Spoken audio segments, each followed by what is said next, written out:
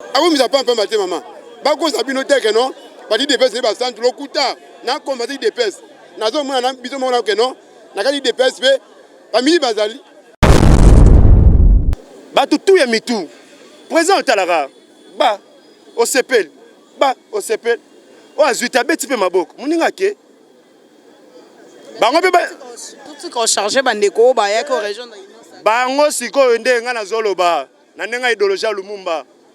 Batika ba idéologie ya kombo ba charge na pesé te Zamboka avec le gouvernement il faut y moko amona ke en tout cas gouvernement oyo ma oyo est responsable. OK maman.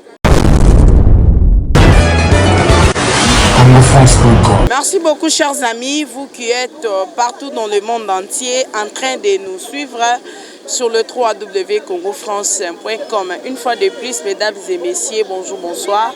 Ça dépend de l'heure que vous nous suivez dans vos maisons. Merci. C'est bien moi, votre servante Josephat Mwanza. Bipaiwapi, comme l'actualité reste à dominer. Et nous sommes censés, comme le travail d'un journaliste, c'est d'informer l'opinion publique, d'éclaircir l'opinion publique par rapport à la situation au Ezakole Kanambo Kanabiso. Merci beaucoup. Biso Congo France, to pensa qui ko tambouisa micro na biso comme d'habitude kozwa réaction topé opinion il y a public par rapport il y a sorti il y a gouvernement Sama Lokonde. Tout à l'heure Onésime Canardo va nous aider. Il y a ko tambouisa caméra topé ya ko balancer ba image en fait que tozwa réaction il y a opinion publique qui ba ko kanitani parce que ça fait déjà presque 2 mois et demi depuis que les premiers ministres qui vivent au gouvernement Ilukambe Kendaki pour l'instant tous un nouveau premier ministre Kasbenketi de Kotamboto quand opinion publique Bako Kantanini par rapport il y a sorti il y a gouvernement Samakonde. Merci beaucoup. Onésime Canardo va nous aider et à cause de la réaction il y a opinion publique. Papa bonjour. Bonjour maman. Ozali Kinois et puis surtout congolais. Lelo Oyo. Tomoni, ça fait déjà presque 2 mois et demi depuis que le premier ministre Ilukamba Koyaki pour l'instant Ozali Nasama Kondé. Qu'est-ce qui fait que le gouvernement est retardé alors que Tobi que na Côte d'Ivoire après décès à premier ministre Nabango na ministre Côte d'Ivoire basa déjà na nouveau gouvernement mais ce qui est contraint na biso République démocratique du Congo li continue kozala nini par rapport à sortie à gouvernement. Merci maman pour la question na yo. On a ko répondre selon ngai. Ndengo tuninga question parce que nazali congolais nazali mwana mboka. Ce qui pona ko yando la question na yo vraiment normalement ndenge o lobi yango. Ce qui le gouvernement zo zo retard pona nini mais za ba politicien. Au moins les politiciens mboka na biso yo bazo tambusa biso malamu te. Le président de la République Félix Antoine Tshisekedi Tshilombo azalaki na coalition na bandeko na biso ya FCC. Tozalaki longo tozotambola ensemble. Mais tout le monde qui bande na biso ya coalition ya FCC batambola ki malamu te. Yanga to senga ki na mokonzi mboka akata idéologie na bango. Mais mokonzi mboka pe azalaki na le précédé. Tant que chef de l'État a idéologie, azalaki précédé a boyi kokata a continuer na bato FCC. Mais ko sala mandenge nini? Pourquoi mokonzi mboka tanga bengi consultation considérer ba politicien te? Pour te lever zaki crise politique, FCC cache. Mais tant que comité le gana voix mususu. Pour le président de la République a toi qui ba couche nyos. Parce que zali mboka mobimba. Jamais to rozora mboka en otage biso ba politicien pour te voter bino. Boké na parlement bozu mboka en otage. Non. Il y a un président de la République a constaté qui couche nyos. Tina ba comédien. La fission sai ba vieux. Mutu nyos. Kota pesa idéologie. Mutu to pesa idéologie. Son a minute yo bana ba palpite na gouvernement. Pour la nine, cahier de charge. On a naza munene. Ngala parti na peser place. Le roi yozo peser Congo mobimba. Neti ndeko na biso bati lukwe. Nenga zolo bazo peser. Tota so na grande politique na Congo. Et ça dans ba événement ba eti lukwe ba sala na mboko. Na nenga mabete. Ah force yanga na bigasti yanga na force te mboka force. Moïse yewana. Atelemi ngape na za grand puissant. Grand puissant soto na idéologie. Akenda ka exil. Il fallait vendre abundisa na Kabila face à face boy. Abunda makenda. Lelo makambo vandi normal azongi. Batika kokosa biso. Ba politicien naza kosenga bino. Bomela mwa mai botia na kopo. Bon mais la maille botia na moi libumu bo vandanier. Pour na gérer mboko ezaka abinoté. Parce que consultation politique au président Salaki ataki rabino na charge té. Azwa ki couche nyos. Ça dit couche nyos tant ba yaki ba se présenter ba lobby devant mon konzi. Ba pesi mon konzi makanesi. Lokola ba pesi mon konzi makanesi. Mon konzi aponi ndeko sam. A côté na pouvoir à vendre. C'est comme tout ça le gouvernement. Bon comme na ba charge. Ngana za munene, ngana za gaillard, ngana za boye, ba gaillard. So ceux qui sont toqués na ba gaillard na bino, toqué bozuité, bon le banane ko na mtu anani. Ya président de la République te. Oeza pernatia suka mokonzi faza la prudent. Yangana gouvernement eza gouvernement li panango baté. Ato tondisi CV tala munene. Mais c'est comme na bureau fati a hotela sko mtu. Nani ngana ko tsa ko satisfaire nga. Yananga na osenga na ngapeka fati. Na nenga ya mission mokonzi mboka président de la République fati. Na ministère à culture. Tu viens na problème mukendi. Oya sala remission face B. Ah, oseki. So so te problème mukendi na ministère à culture. Na ba politicien tout. Na na role ga problème mukendi. Hein? To boulé. Bozo bena mutombo di kembe ya ka vanda ministre économie, vanda wana. Eza ngala lobby. Songa ba yambenga na constitution, na nga bena na gouvernement, président yanga yango. Na pesi, mais makam na yebisa yo, mboko esengele kende et décoller. Mais babi parti au pouvoir ndem te bloqué peut quelque part. Parti au pouvoir. Parti ni. Ah, maman. Babi ke boka na droit oui ministère mais bino bo tinda liste à 80 personnes. Batamaele babi intérêt IDPS batamaele baleke belé, to pesa mutu so chance na. Président pona. Yo ba pesa 80 personnes, yo pona. Mokonzi nda repona. 80 belé kabino nde boje. Te na lobby boye. Avec oui ministère. Te, omoka na wuti na biso. Ba pesi mokonzi liste à 80 personnes. A kozora abikité. Pona mutu batu tout batie ba on a liste à 80 na batamitu. Batu tout ya mitu. Président Talara, ba, au CPL, ba, au CPL, au Azuita, beti pe maboko, muninga ke. Bango be ba. Tout ce qu'on chargeait bandeko ba ya ko région na Inosa. Bango siko ende nga na zolo ba, na nenga idéologie Lumumba. Batika ba idéologie ya kombo ba charge. Na opese te. Union sacrée mutu nyonso azali, toza ndenge moko égalité. Mutu aleki mutu azate. Pour ceux qui sont puissants, ils vont vendre les politiciens dans le Parlement. Le président yambaki ba couche nyonso. Ayambi biso, ayambi population, ayambi kingani, ayambi kingani.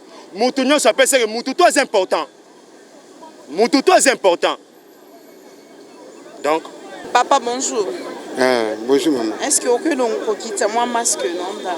Oui, moi pourtant bien ce que vous remarquez kuna. Pas de problème. En fait, Tolito Tunayo, aux Congolais, aux Pékinois, n'est-ce pas? Par rapport à la sortie du gouvernement, quelque part, déjà, les politiciens entre bango na bango. Yo tant que Congolais, les cantines, les topé message ni okopé ça na mokonza mboka par rapport au retardement il y a gouvernement. Bon, selon ma kanisi bon ba kulutu baloba ke nzungu etora mbangu soko te na kati misini ezaka mobeso oyo etora malembe tomona tango bakokitisa biloko ebela kitoko n'est-ce pas maman? Donc bakongolais tokangwa nano te mpe toyimayima te na mwa retard oyo boza komona ke gouvernement eza kobima te naza koyebisa bino boye oyo eza virage ya suka mpona mokonzi ya mboka.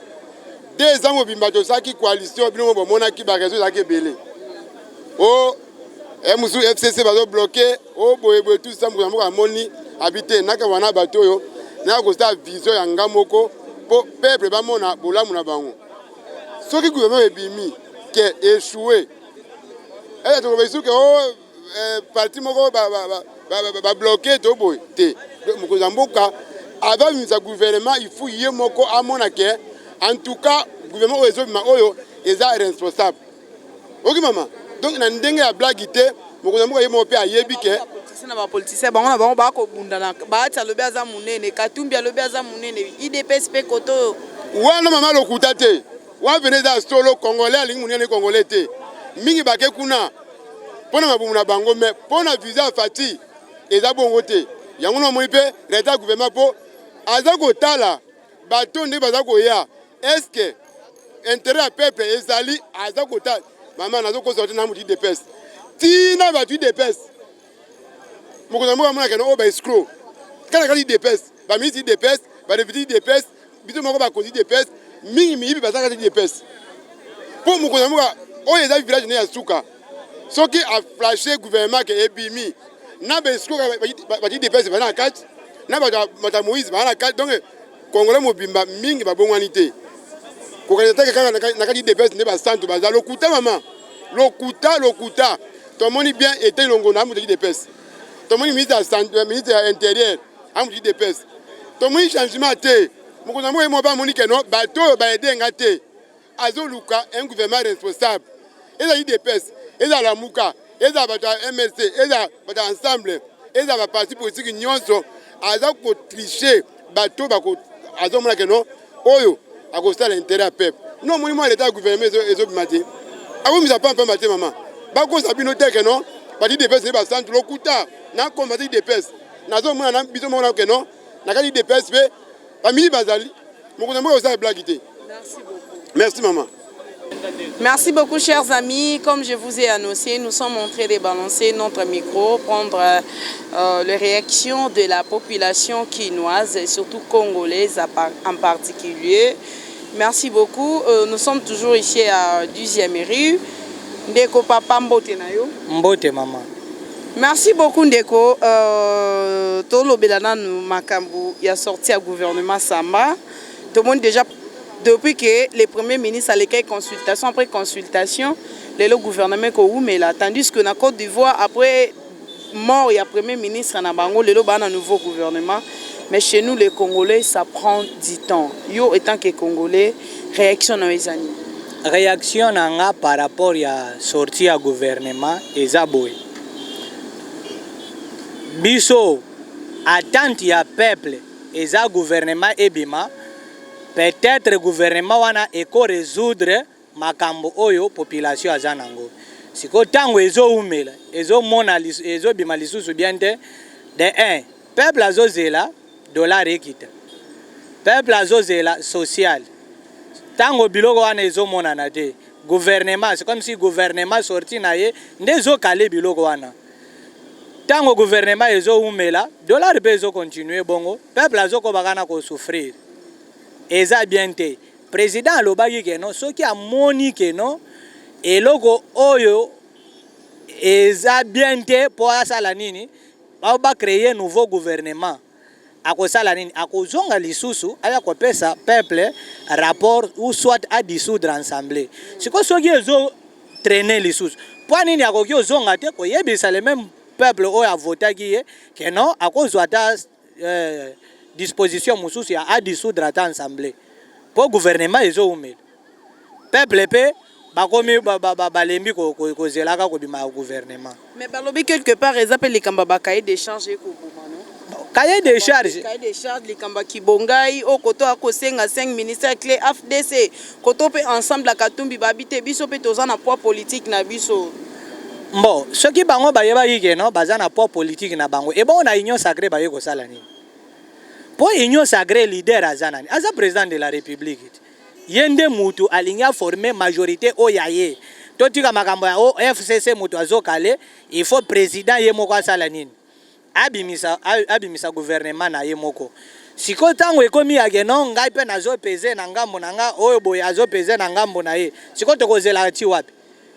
Ngai po na ngai. Makambo ba cahier de charge wana soki ba yebaki ke non eza ba makambo ya cahier de charge balingaki ba ya kokota na union sacrée te tango ba ye eza po bazala na vision ya chef de l'état siko makambo ba cahier de charge wana yango ndezo créer ba mbulunga ni nyonso ce n'est plus les FCC qui bloquent. Non, ezala bato ya FCC, ezala bato ya Moïse Katumbi, ezala bato ya Jean-Pierre Bemba, ezala bato ya IDPS, bango nyonso wana baza complice.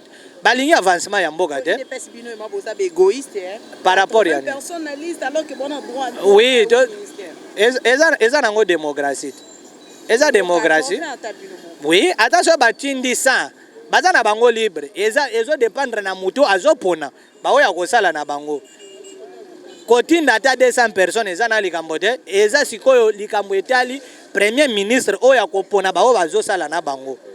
siko po nini kala nyonso wana nano aponi te amoni bato ya malamu te ou bien eza na likambo mosusu oyo ezotarde gouvernement yebi. Merci beaucoup. Merci. Papa, bonjour. Oui, bonjour madame. Aux Congolais, aux Pékinois, les lots sortis à gouvernement, ça prend du temps. Vous en tant que Congolais, au Kyolobani.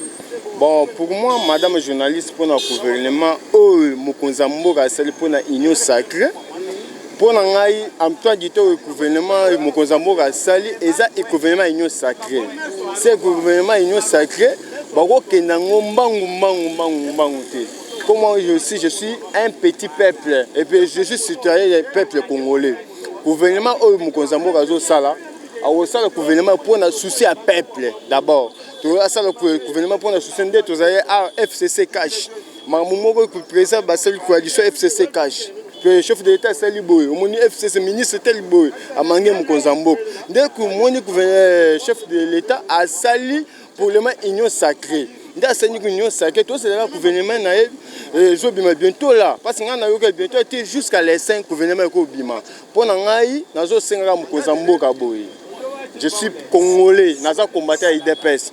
À ça, le gouvernement doit répondre au peuple congolais. Ce n'est pas le gouvernement qui a ça d'abord, après ça, à lui pour un ministère, non jamais. À ça, le gouvernement est d'abord le peuple congolais dans la vie sociale. Pour moi, je vais souffrir ces alliés.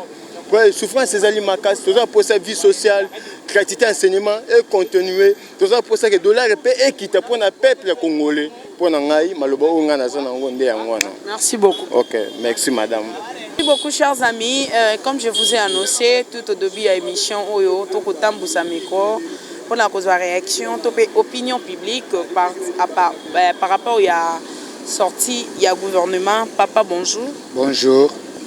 Bozali congolais, aux Kinois surtout. Le gouvernement Samba, ça fait presque 2 mois et demi depuis que tu commandes un nouveau premier ministre. Mais apparemment, le gouvernement n'est pas toujours prêt. N'est pas toujours prêt. Et puis il y a un problème qui s'oppose au niveau, il y a un poids politique, si je peux dire. Au niveau, il y a un cahier des charges. Il y a le message que lancé le président de la République par rapport au prochain gouvernement pour que tout le monde ait na tango coalition qui FCC. Oui, merci pour la question. Nous savons très bien que ça fait beaucoup de temps où le gouvernement est en gestation. Mais je ne pense pas. Avant la formation de ce gouvernement, le chef de l'État avait dit qu'il va tout d'abord s'intéresser des qualités.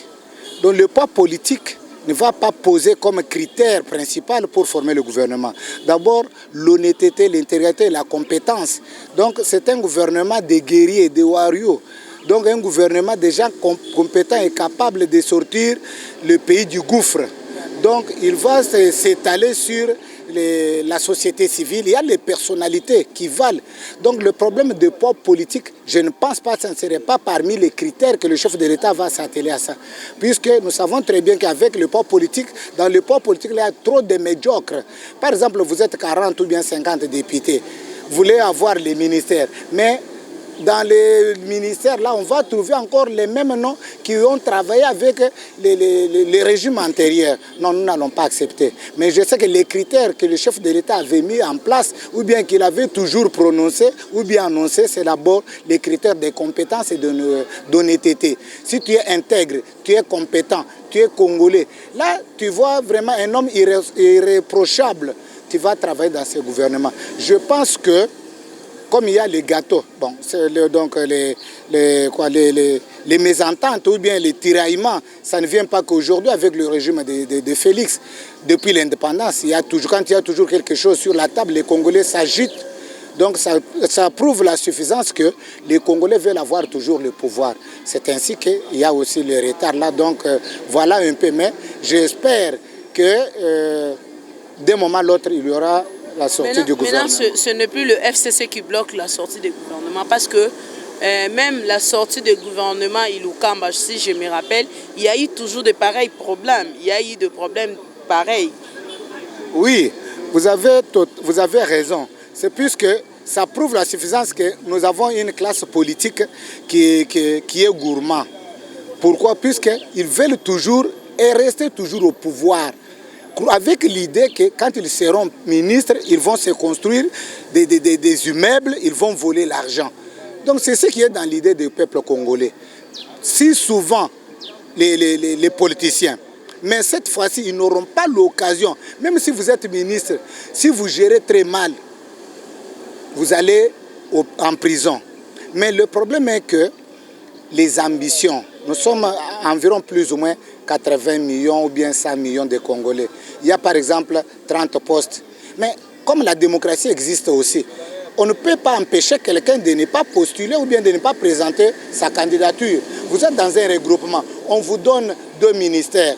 Vous êtes par exemple 300 personnes là-bas, mais des compétents. Il fallait que vos chefs de regroupement tamisent quand même pour voir qui sont compétents pour récupérer ces postes. Voilà autant de paramètres, autant de difficultés que parfois le Premier ministre est en train de rencontrer. Ce n'est pas pour dire que, bon, vous voyez, la démocratie est là pour nous tous. Vous êtes un licencié, compétent. Comme les Congolais ne travaillaient pas, il y a maintenant une opportunité. Maintenant, ils vont aller maintenant trop pour un peu chercher le travail. Mais entre-temps, le pays est bloqué. Hein. Bon, nous demanderons tout ça. Comme nos voisins, en fait, les opposants qui disent, de la Mouka surtout, El Fayoulou, qui disent qu'ils ont compris, comme Lissanga Bonganga a lancé un message, ils ont compris que le problème du Congo, ce n'était pas Kabila qui bloquait, mais c'est lui-même le président de la République qui bloque. Non, voilà, le monsieur que vous venez de suivre là, on ne peut pas parler de... Nous le connaissons très bien à 90%. Tout ce qu'il est en train de parler là, c'est tout simplement taquiner Félix pour que le président de la République, l'un ou l'autre jour, l'appelle pour dire prenez ce ministère. Mais il représente quoi? C'est un fautron. Il a travaillé ici pendant le gouvernement Tchibalessi. Vous savez ce qu'il a fait au niveau des Cannes là-bas? 2 femmes qui sont allées se bagarrer là-bas. Il a détourné l'argent, tout ça, non. On n'a pas de notion de morale qu'il peut donner à l'UDPS. Non, celui-là, on ne peut pas, il n'a pas même d'argument. C'est quelqu'un que nous avons façonné ici. Vous avez compris? Donc, il n'a pas une leçon à nous donner. Il parle pour ça. L'IDPS aussi, vous avez des intérêts égoïstes apparemment. Lesquels, par exemple? Nous n'avons pas les intérêts égoïstes. Vous n'avez que droit de 8 ministères, mais vous représentez, vous envoyez les 80 personnes. Madame, je vous dis quelque chose.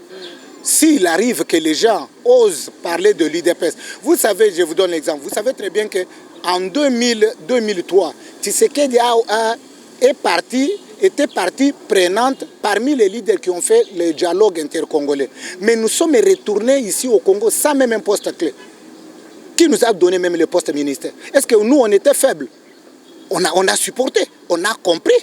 Mais pourquoi ce monsieur et les autres là ne peuvent pas aussi supporter? Pendant 37 ans, on nous a tendu la main pour travailler dans le gouvernement. Nous avons refusé, puisque ça ne valait pas la peine. Et nous sommes allés au niveau des dialogues intercongolais. On a donné à Zaïd Ngom un poste de vice-président de la République. Il est représenté quoi par rapport à des marées humaines que Tshisekedi représentait? Non, soyons quand même logiques. Et l'UDPS a combattu pour ce parti et pour ce pays. Nous ne pouvons pas être inquiétés par les gens qui sont au pouvoir depuis que Kabila est là, depuis que Mobutu est là, ils se précipitent. Non, il faut donner aussi la chance aux militants de l'UDPS de gérer aussi à 70% ce pays pour qu'ils voient, pour qu'ils ne puissent pas avoir de justification lors des échéances nouvelles. Donc on peut donner la chance aux gens de l'UDPS même d'avoir 90% des ministères, puisque nous avons combattu pendant autant d'années et que l'UDPS n'était pas dans la gestion. Donc nous ne sommes pas gourmands. Si le chef de l'État était gourmand, regarde d'abord dans son cabinet. Il n'a pas de gens de l'UDPS. Aujourd'hui, nous devons toujours nous remettre en cause. Il y a certains de partis politiques, il y a certains des leaders d'autres provinces qui réclament, madame, qui réclament des postes ministériels. Ils vous disent que nous voulons participer là. Qu'est-ce que vous méritez pour avoir même les postes ministériels? Vous n'avez pas un député, ni provincial, ni national. Mais vous êtes dans une province et vous réclamez que vous gérez. Madame, quand même, faites un peu. Ces gens réclament quoi? Puisque la démocratie, il faut quand même produire quelque chose. Il y a d'autres partis politiques. Je vous donne un exemple. Prenons par exemple le Kassai. Le Kassai qui a produit 90% des résultats. Mais vous allez compter ici dans ce pays 7 à 6 provinces qui n'ont pas produit rien dans l'UDPS. Mais ils se tapent la poitrine de réclamer le poste ministériel. Et vous dites que l'UDPS est gourmand. Nous ne sommes pas gourmands. Et nous avons donné des postes clés à des gens qui étaient même comme nos adversaires. Non, nous ne sommes pas gourmands. Si les gens le disent, c'est par mauvaise foi. Ils veulent toujours nous taquiner. Mais qu'ils se tranquillisent. Qu'ils se tranquillisent. Notre président a un gros cœur. C'est un homme de bon. S'il allait s'imposer à des critères, je pense que dans la prison, on allait avoir beaucoup de leaders là-bas et les gens n'allaient pas même oser d'ouvrir la bouche pour demander un poste ministériel. Non, nous ne sommes pas gourmands, nous ne sommes pas gourmands, madame. La fois passée, nous avons supporté. Et cette fois-ci, si on nous donne par exemple 7 ou bien 8 ministères, ça représente quoi? Pour un grand parti comme l'UDPS, c'est rien. Hein? Vous nous trouvez jusqu'à présent. Pourquoi on allait dire que c'est notre régime aussi, qu'on s'impose pour prendre des ministères et travailler? Mais c'est ça. Mais nous ne sommes pas représentés là-bas. Non, nous ne sommes pas des gourmands. Les gens qui disent, c'est Kabila qui était gourmand, puisqu'il n'avait pas dans son gouvernement, ou bien dans l'institution, les gens de l'UDPS. Il n'était pas là. Pas voulu travailler avec Kabila. Mais comment on allait travailler avec un homme médiocre comme Kabila, madame, qui n'était pas d'abord un Congolais? On n'allait pas travailler. Notre leader l'a dit, bien que M. Kabila est entré au pouvoir depuis 2001. Le président Etienne avait dit, c'est un étranger qui doit retourner. Nous n'allons pas côtoyer ou bien travailler avec un étranger. Non. Merci. Oui, oui, madame. Merci beaucoup, chers amis. J'espère que tu commis vraiment presque Nasuka, il y a Masolo Nabi, surtout par réaction, tout ça qui kozwa, on a kozwa opinion publique, oyo bazali kolobela, makambuna bango, oba kolobela, par rapport à la sortie du gouvernement Sama Kondé.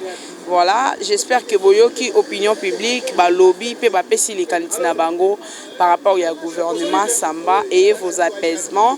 Parce que Biloko faut elamba bien pour que Ebe la boli en haut comme il se doit. Merci beaucoup Onésime Canardo qui était derrière la caméra. Merci à toute l'équipe de Congo France. Je vous aime tant. Abonnez-vous massivement dans notre chaîne YouTube. Vous ne serez pas déçus. Ici, l'information à temps réel. Merci. À nous revoir à la prochaine. Bye bye.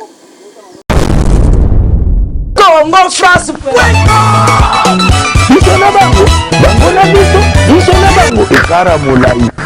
France.com, site ya Tolo Masolo à danger, Masolo Kitoko. Congo France.com.